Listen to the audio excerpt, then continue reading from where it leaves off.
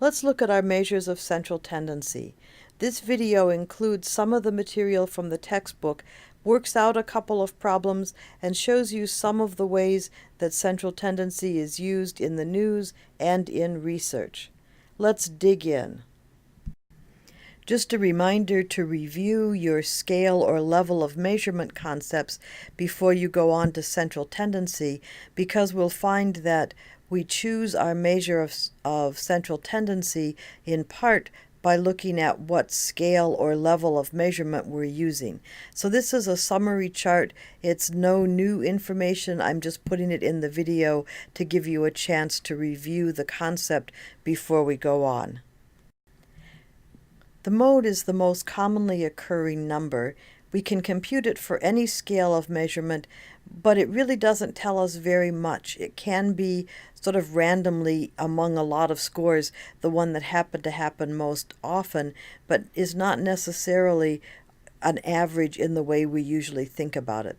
So it's a term worth knowing, but you'll find we don't use it all that often. The median is a fairly simple concept. It's our midpoint value. When we arrange the scores from low to high, half of them, or 50%, are below, and half of them, or 50%, are above. We can use it with interval or ratio data and do so frequently.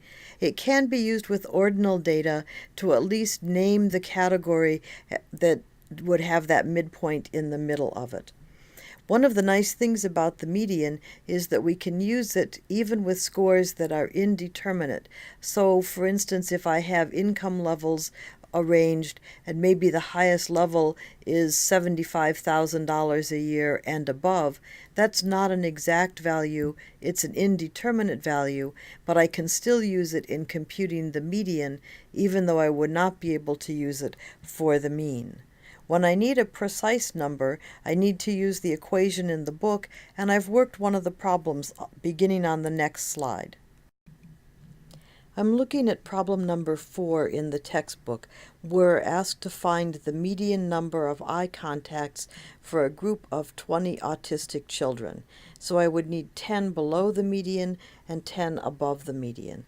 And up above the problem from the book, I basically expanded that table so that where it shows us there were 4 children that had 1 eye contact in the table, I just put the 4 children right there. So if I count up, I've got the 4 in the lowest level, and then I need 6 more to get to 10. So 1, 2, 3, 4, 5, 6. Right there in the middle of 2 eye contacts is where I would find my median value. So if I were only going to pick an integer, a number with no decimal places, I would say that the median was 2. In order to use the more precise mathematical median, I'm basically asking myself, after the lower limit of 2 begins, how far into the 2 range do I need to go in order to get that mathematical score? And we'll compute that on the next slide. So we're looking to find a mathematical representation for the fact that the median is almost out of the 2 range. I've put in the equation that comes from the book, and then I just started adding the pieces. So the first thing I substituted in was the lower limit of the range that has 2. So if you remember, the lower limit goes from 1.5 and the upper limit is 2.5. So there's my lower limit. And I needed to have 0.05 or half of the total number of scores. And there were 20 scores, so I put that in. And the cumulative frequency below that lower limit, that's my 4 scores that were below 2. So I put in my 4, and then the last thing it asked for was the frequency of scores within that range, and there were a total of 7 children who made 2 eye contacts. The rest of this is just working out the numbers. So when I took 0.5 times 20, I got 10. When I took 10 minus 4, I get 6. So as my equation reduces, I need 1.5 plus 6/7, and you can see where that comes from. I'm 6 out of 7 scores into that range, and so ultimately my median is 1.5, the lower limit, plus 6/7 of the range, and when I take it to 3 decimal places, I get 2.357. So that's an example for working out the computation of the median. The mean is the measure of central tendency that we encounter most often, and when people use the word average, this is usually what they're talking about. We can only compute it if our data are interval or ratio. If we have a population, we use the Greek letter mu. For a sample, we either use an italic capital M or X bar, and it looks like my X bar symbol shifted a little bit in this slide, but it's an X with a bar over the top.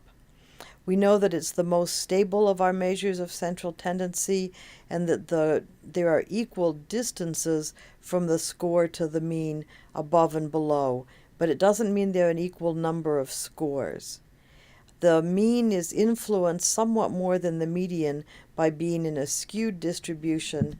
The equation is well known, but we're going to need to work with it in computations, and later in this video I've got some examples of that. But our basic equation says that the mean tells us to sum or add up all the scores and then divide by the total of scores in the sample. Here's an example of a question where we need to actually work with the equation to get an answer. If we have a sample that we know has a mean of 8 and that the sum of the scores is 40, we could be asked how many scores are there in the sample.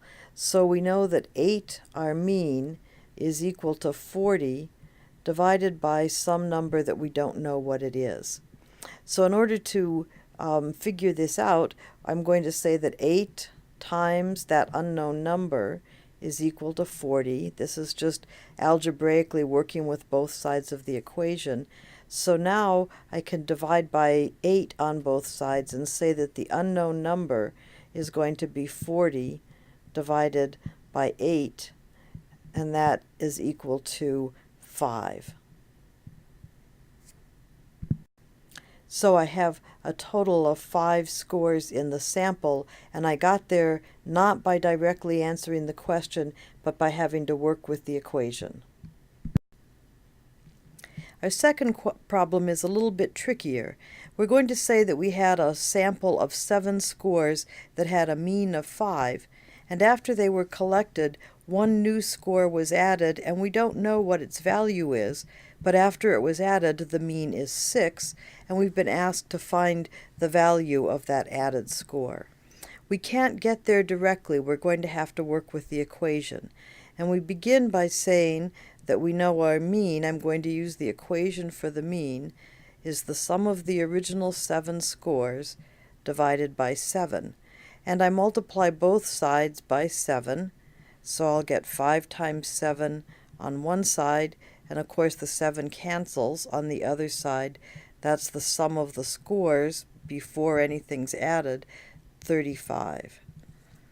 Then I'm going to do the same thing after the score has been added. The mean is now 6.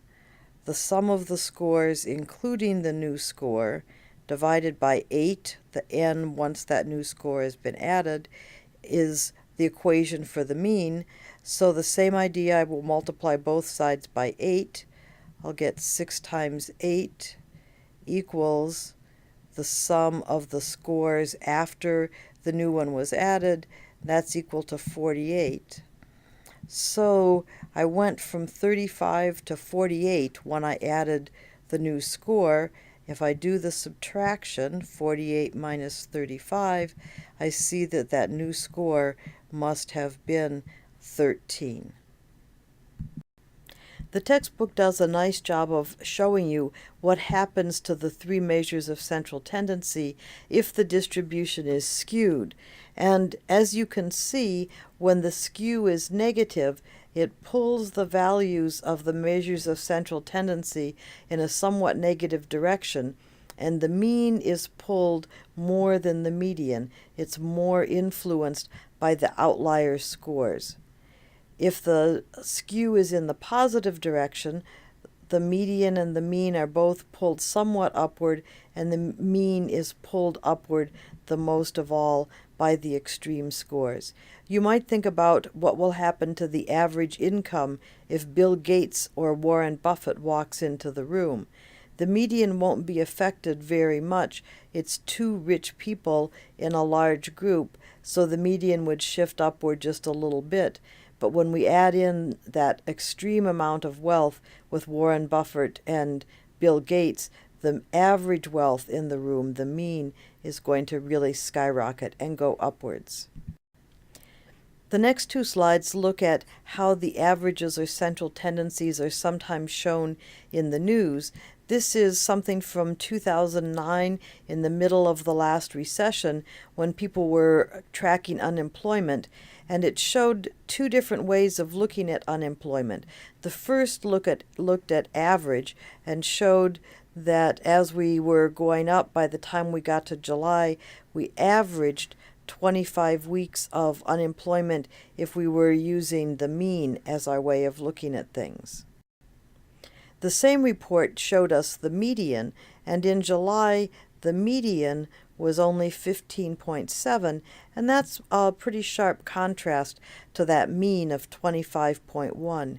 And if you remember, when we have a skewed distribution that's positively skewed, the mean will be pulled upward more than the median. So this lets us know that we had an unemployment problem for sure, but that there was a small number of people who had been unemployed for an extremely long period of time. By showing us both of the numbers, the report lets us tell what direction the skew is going. I have an example here from an actual research experiment. 3 researchers were wondering if swearing would help you with tolerating pain. So they were having people plunge their hands into icy water, and in one condition they could shout their curse word, and in the other condition they just shouted neutral words.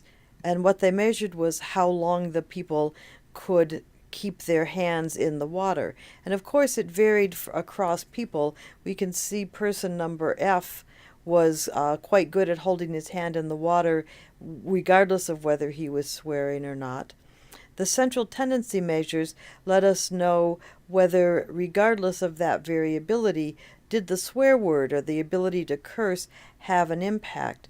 And when we look at the mean, people on average held their hand in almost 70 seconds when they were cursing and only 55 seconds when they were not cursing.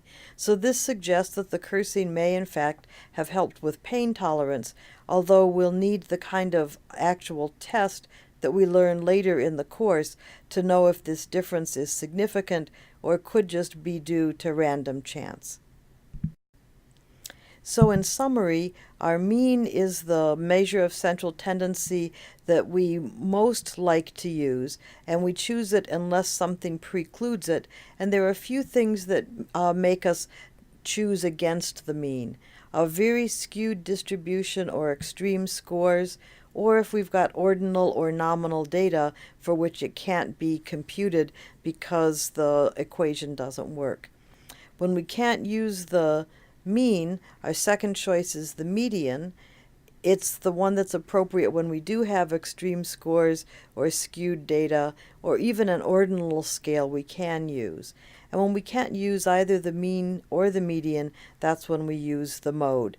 And most often we would accompany it with a percentage just so that people would know not only which value it was, but how many of the cases were there. That sums up our look at central tendency. You should be in good shape to do the practice problems and then to take the quiz on these 3 modules of the course. Good luck!